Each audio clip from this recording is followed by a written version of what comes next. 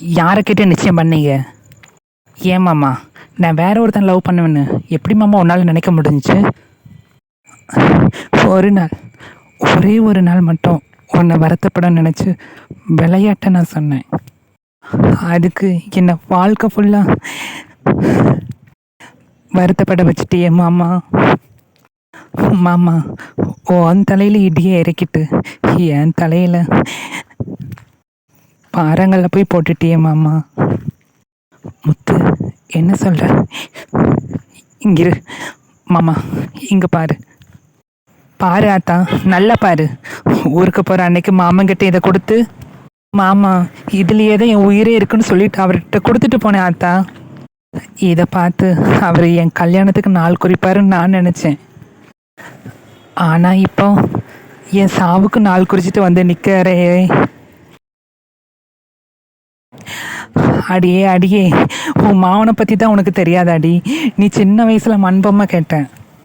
அந்த மண்பொம்மைக்கு அவன் மானாமதுரை போய் உனக்கு வாங்கிட்டு வந்தாண்டி. அப்பேற்பட்ட மாமன் கிட்ட மாப்பிள்ளை வேணும்னு நீ மொட்டையாக கேட்டதுனால இப்போ அந்த மாப்பிள்ளைக்காக தட்டை மாற்றிட்டு வந்து தலை சாஞ்சு நிற்கிறானே என் புள்ள.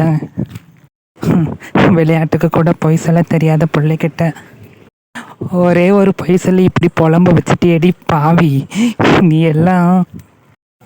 ஆத்தா, முத்துவை எதுவும் சொல்லாத. அவள் விளையாடலை, விதி தான் ஆத்தா இப்படி விளாண்டுருச்சு. யாருக்கு யாருன்னு ஆண்டவன் எழுதுவான் ஆத்தா. அதை யாரால் மாற்ற முடியும்? ஐயா ஐயா, அப்படியெல்லாம் மனசை விட்டுறாத ராசா, அப்படி மனசை விட்டுறாத. இங்கே பாரியா, எத்தனையோ கல்யாணம்லாம் தாலி கட்டு போகிற நேரத்தில் கூட மாப்பிள்ளை மாறி இருக்கு ராசா. நீ மட்டும் மனசை தளர விடாத.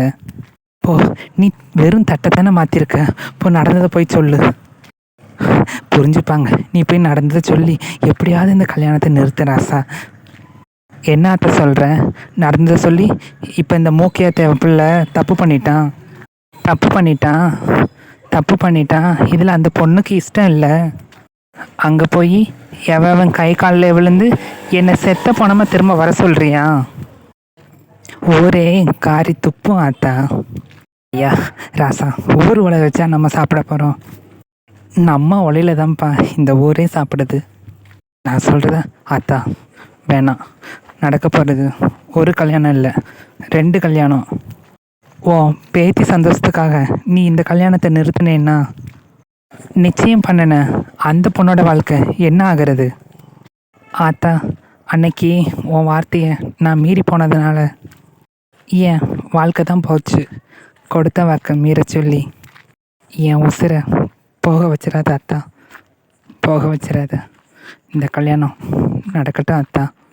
இதை பற்றி இனிமேல் பேச வேண்டாம்.